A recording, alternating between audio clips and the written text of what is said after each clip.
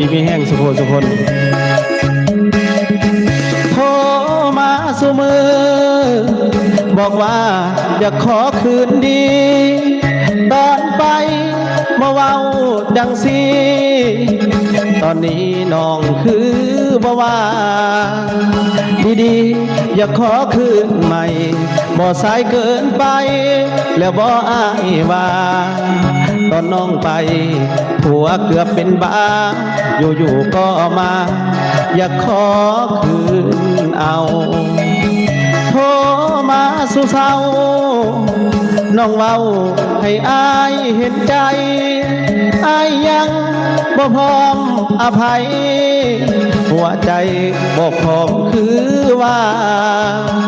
ความเจ็บบ่มีบอนเมียนกลายเป็นบทเรียนอันล้ำค่าปะแล้วปะ